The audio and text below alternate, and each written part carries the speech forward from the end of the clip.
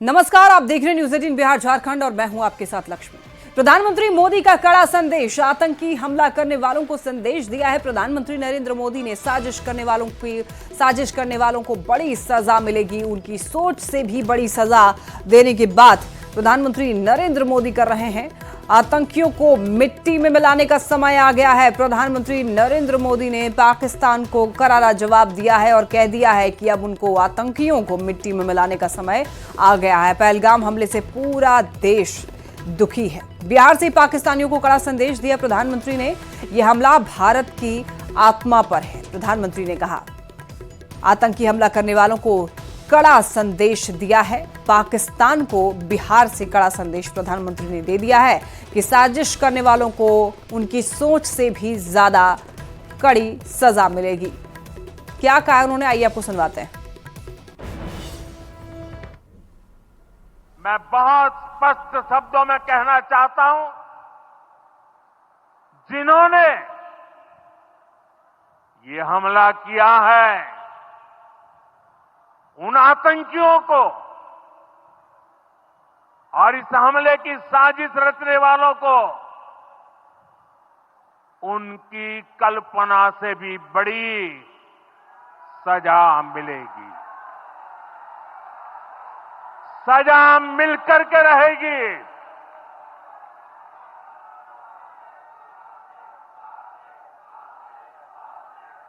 अब आतंकियों की बची खुची जमीन को भी मिट्टी में मिलाने का समय आ गया है। तो मिट्टी में मिलाने का समय आ गया है। प्रधानमंत्री नरेंद्र मोदी ने बिहार से पाकिस्तान को कड़ा संदेश देते हुए ये कहा है कि साजिश करने वालों को बड़ी सजा मिलेगी, उनकी सोच से भी कड़ी सजा देने की बात प्रधानमंत्री ने बिहार से कह दिया है। और कह दिया है कि जिस तरीके से पूरा भारत देश दुखी है, उसकी सजा उन आतंकवादियों को जरूर मिलेगी। पहलगाम हमले से पूरा देश दुखी है। प्रधानमंत्री नरेंद्र मोदी ने पाकिस्तान को कड़ा संदेश दिया है। यह हमला भारत की आत्मा पर है।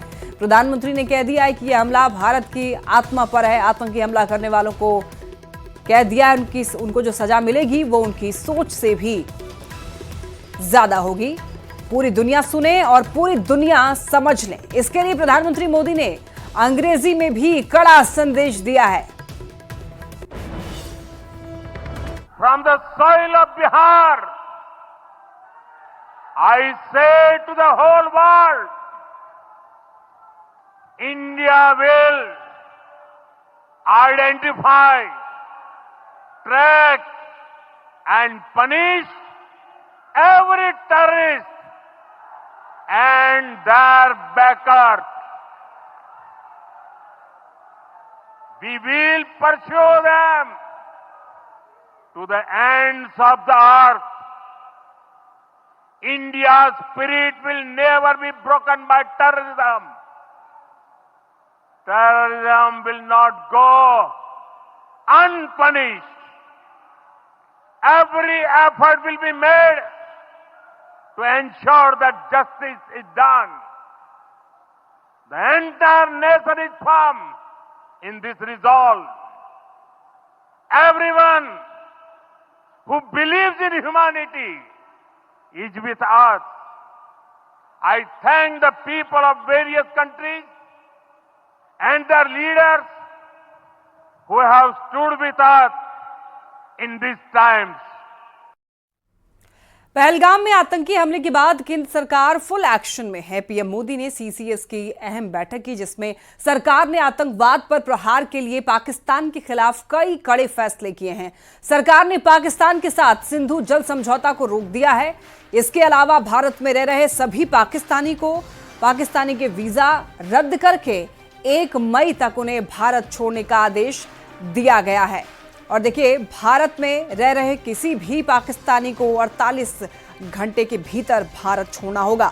दिल्ली के पाकिस्तानी उच्चायोग में रक्षा सेना या फिर नौसेना और वायुसेना सलाहकारों को पर्सोना नॉन ग्राटा घोषित किया गया है। उन्हें भारत छोड़ने के लिए 1 हफ्ते का वक्त दिया गया है। भारत इस्लामाबाद स्थित अपने उच्चायोग से भी रक्षा, नौसेना, वायुसेना सलाहकारों को वापस बुलाएगा और दोनों उच्चायोगों में से ये पद अब निरस्त माने जाएंगे। सेवा सलाहकारों के 5 सहायक कर्मचारी भी दोनों उच्चायोग से वापस बुलाए जाएंगे। तो ये 5 बड़े फैसले हैं जो कि लिए गए भारत सरकार की तरफ से पहलगाम हमले के बाद में, और कार्रवाई अभी से ही शुरू की जा चुकी है। इसका धीरे धीरे असर देखने को मिलेगा और प्रधानमंत्री ने सभी को ये कह दिया है कि आतंकवादियों को उनकी सोच से भी ज्यादा कड़ी सजा मिलेगी। वहीं इस हमले पर देखिए मंत्री इरफान अंसारी ने कहा है कि सरकार को और कड़े फैसले लेने होंगे, तभी आतंकवादियों का मनोबल टूटेगा। जो आपने फैसला लिया, मैं कहना चाहता हूं, ठीक है, अगर इस फैसले से आतंकवादी रुकेगा, आतंकवादियों का मनोबल टूटेगा, तो मैं वेलकम करता हूं, और नहीं टूटेगा तो मैं कहना चाहता हूं अटैक कीजिए आप। पहलगाम आतंकी हमले पर केंद्र ने सर्वदलीय बैठक बुलाई है, जिसमें पाकिस्तान के खिलाफ आगे की रणनीति बनेगी। और इस बैठक को लेकर कांग्रेस विधायक राजेश कच्छप ने यह कहा कि हमारे नेता राहुल गांधी बैठक में शामिल हो रहे हैं, निश्चित तौर पर सरकार के फैसले के साथ हैं। केंद्र सरकार जो भी निर्णय ले रही है, हमारी पार्टी हमेशा से ही देश के साथ खड़ी रहती है। ये मुद्दा देश का है। कांग्रेस ये बात कह रही है कि ये जो मुद्दा है वो देश का है, हम केंद्र सरकार के साथ हैं। आपको बता दें कि आज शाम को 6 बजे दिल्ली में सर्वदलीय बैठक बुलाई गई है और उसमें सभी दल के जो नेता हैं वो शामिल होंगे।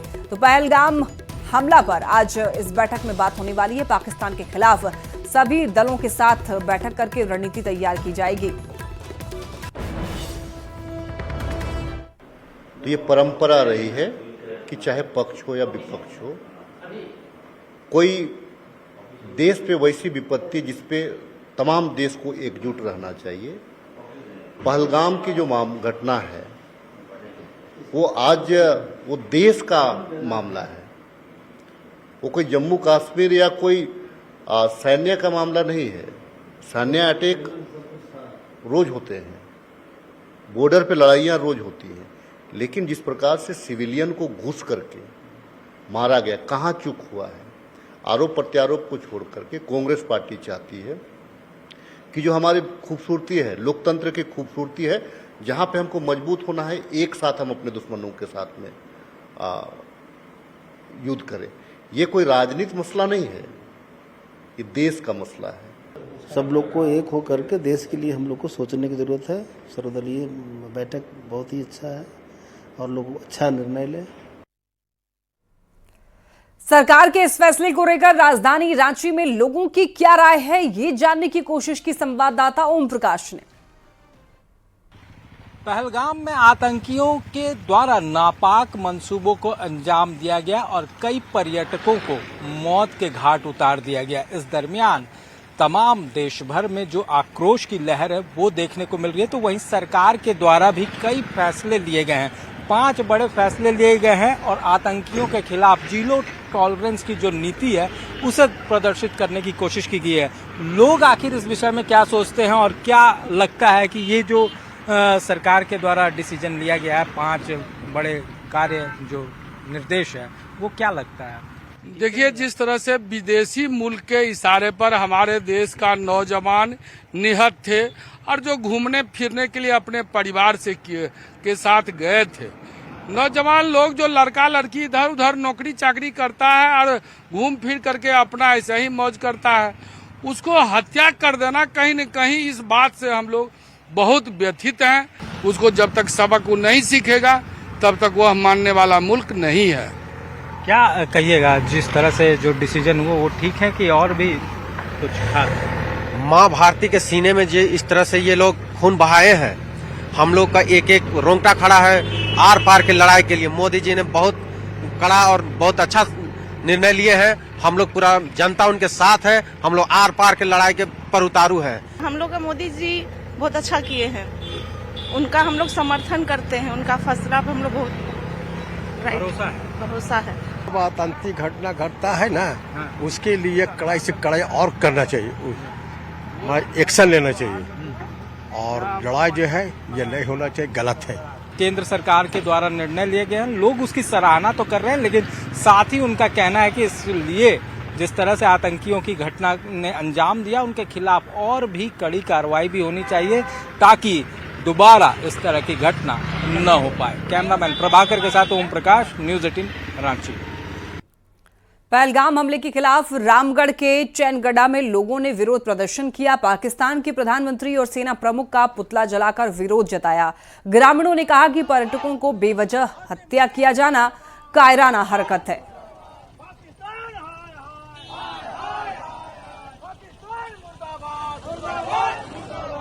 इस तरह के हमला बिल्कुल निंदनीय है। हम इसकी कड़ी निंदा करते हैं। इस तरह का कभी भी इस देश में कहीं भी इस तरह का कोई हमला नहीं होना चाहिए। खास करके वहाँ पर हमने देखा कि लोगों को पूछ करके टारगेटेड तरीके से उसको मारा गया। ये बिल्कुल गलत बात है। वहाँ पर्यटक स्थल है, उस स्थल पर लोग घूमने के लिए गए हुए थे।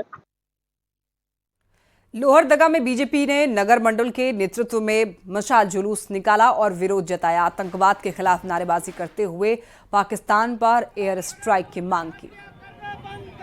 मानव हत्या नहीं होनी चाहिए। हिंदुस्तान के आर्टिकल में ये कभी नहीं दिखाया गया है कि लोगों को मानव हत्या करे। ये मैं इस आपके चैनल के माध्यम से अपील करना चाहता हूँ, निवेदन करना चाहता हूँ हिंदुस्तान के प्रधानमंत्री से कि आप आगे बढ़े, ईंट का जवाब पत्थर से देने का काम करें। जिन लोगों ने इस तरह से निर्भय हत्या की है उनको ईंट का जवाब पत्थर से मिलना चाहिए। उतनी तादाद पर हम लोग चाहते हैं कि उनको जवाब मिले और उतनी पाकिस्तान के लोगों को मारा जाए। हम लोग उनके साथ तन मन धन से हैं। अगर जरूरत पड़े तो हम लोग जो सुभाष चंद्र बोस जी ने बोला था, तुम मुझे खून दो मैं तुम्हें आजादी दूंगा, तो हम लोग एक खून से लेकर हर एक चीज देने का प्रयास करेंगे और ईंट का जवाब उनको पत्थर से मिलना ही चाहिए, ताकि दोबारा इस तरह का दुस्साहस करने के लिए 1000 बार सोचे। जो पहलगाम में आतंकी हमला हुआ उसी का विरोध में भारतीय जनता पार्टी के द्वारा आज यहाँ पे मशाल जुलूस का निकाला गया। और इस तरह का कायराना हमला जो पाकिस्तान बार बार कर रहा है, अरे आतंकी में इतना हिम्मत हो तो वो एक बार बढ़ के तो देखे किस मैदान में जाना है, उस मैदान में हम लोग जाने के लिए तैयार है। और ऐसा कायराना हमला को हम लोग बर्दाश्त नहीं करेंगे, इसका मुंहतोड़ जवाब देंगे। केंद्र सरकार से ये अपील करना चाहते हैं कि इजराइल की तरीके से उन लोग का जवाब मिलना चाहिए। जिस तरह इजराइल एक एक आतंकियों को चुन चुन के मारता है, उसी तरह से उन लोग को मारना चाहिए आतंकियों को। रिम्स निदेशक डॉक्टर राजकुमार को पद से हटाए जाने पर सियासत तेज है। जेडीयू विधायक सरयू राय ने हमला बोलते हुए कहा कि इससे घटिया काम कोई नहीं हो सकता। बिना शो कॉज किए डॉक्टर राजकुमार सिंह को पद से हटाया गया। स्वास्थ्य विभाग ने रिम्स डायरेक्टर के पद की गरिमा को भी अपमानित किया है, शो कॉज तक नहीं दिया है। और रिम्स के डायरेक्टर से मेरी कल भेंट हुई थी, मेरे यहाँ आए थे। वो हाईकोर्ट में रीट फाइल करने के बाद मुझसे मिले थे। उन्होंने तो ये बताया कि जिस शासी परिषद की बैठक में कहा गया कि उन्होंने अनुशासनहीनता की, आक्रामक रहे, उन्होंने कहा कि उसका पूरा वीडियो रिकॉर्डिंग हमारे पास है, कोई भी ये साबित कर दे और तब बताए कि उनको बर्खास्त करना उचित है, शो कॉज करना चाहिए था। और रिम्स की तो विडम्बना है कि ये चौथे डायरेक्टर हैं जो बाहर से आए थे। पहली बार एक सेरेवाल साहब आए थे, उसके बाद DK सिंह आए, उसके बाद कामेश्वर प्रसाद जी आए, उसके बाद ये डॉक्टर राजकुमार आए। ये चारों के चारों अपने क्षेत्र के जाने माने विशेषज्ञ रहे हैं और चारों यहाँ टिक नहीं सके, बीच में ही उनको जाना पड़ा। कोडरमा में कम दाम की किताबों को रीप्रिंट कर उसे अधिक मूल्य पर बेचने का मामला सामने आया है, जिसके बाद कल देर रात कोडरमा जिले के सबसे बड़े किताब कारोबारी की दुकान, गोदाम और आवास पर छापेमारी की गई। SDO रिया सिंह की अगुवाई में बड़ी संख्या में मौजूद पुलिस बलों ने दुकान और गोदाम में सैंपल इकट्ठा किया, जिसमें मूल्य रीप्रिंटिंग किए जाने की पुष्टि हुई है। बता दें कि ये बुक सेंटर कोडरमा जिले का सबसे बड़ा किताब कारोबारी है, जो कि सैकड़ों निजी स्कूलों को किताब सप्लाई करता है। शहर में 4 से 5 स्थानों पर इस बुक सेंटर की अलग अलग दुकानें भी संचालित होती हैं और इसके अलावा आवासीय परिसर में भी इसके दुकान और गोदाम का संचालन किया जाता है। फिलहाल आवासीय परिसर में व्यावसायिक गतिविधि संचालित किए जाने के आरोप में दुकान और गोदाम को सील कर दिया गया है। जब्त किए गए किताबों के सैंपल को जांच के लिए भेजा जाएगा। इसके अलावा दुकान में रखे हुए स्टॉक और अब तक हुए बिक्री से जुड़े हुए दस्तावेज संचालक को जमा कराने का निर्देश दिया गया है।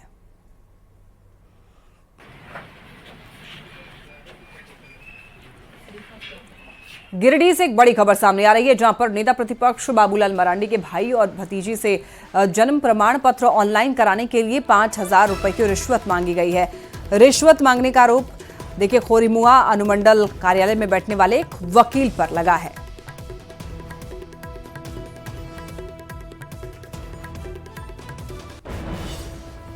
है कि मैं अपना जन्म प्रमाण पत्र ऑनलाइन डिजिटल करवाना चाहती थी, तो इसके लिए मेरे पापा वहाँ गए थे। खुरी महुआ है ना, वहाँ हमारा ब्लॉक तो नहीं बोलेंगे, अनुमंडल पड़ता है, तो वहाँ उसके लिए गए थे।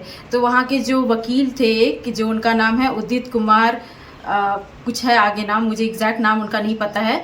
तो उनसे जब बात हुई तो उन्होंने कहा कि आपको डॉक्यूमेंट्स बनवाने के लिए, मतलब जन्म प्रमाण पत्र बनवाने के लिए आपको 5,000 रुपया देना पड़ेगा पहले, फिर 15 दिन का प्रोसेस रहेगा। 15 दिन बाद अगर आपको और भी पैसा देना पड़ सकता है, और जिस वजह से हम लोग को लगा कि वो हम लोग के साथ धोखाधड़ी कर रहे हैं, जो कि हमने पैसे दिए नहीं और हम लोग वापस घर आ गए। यहाँ रुक रहे एक छोटे से ब्रेक के लिए, आप देखते रहिए न्यूज़ 18।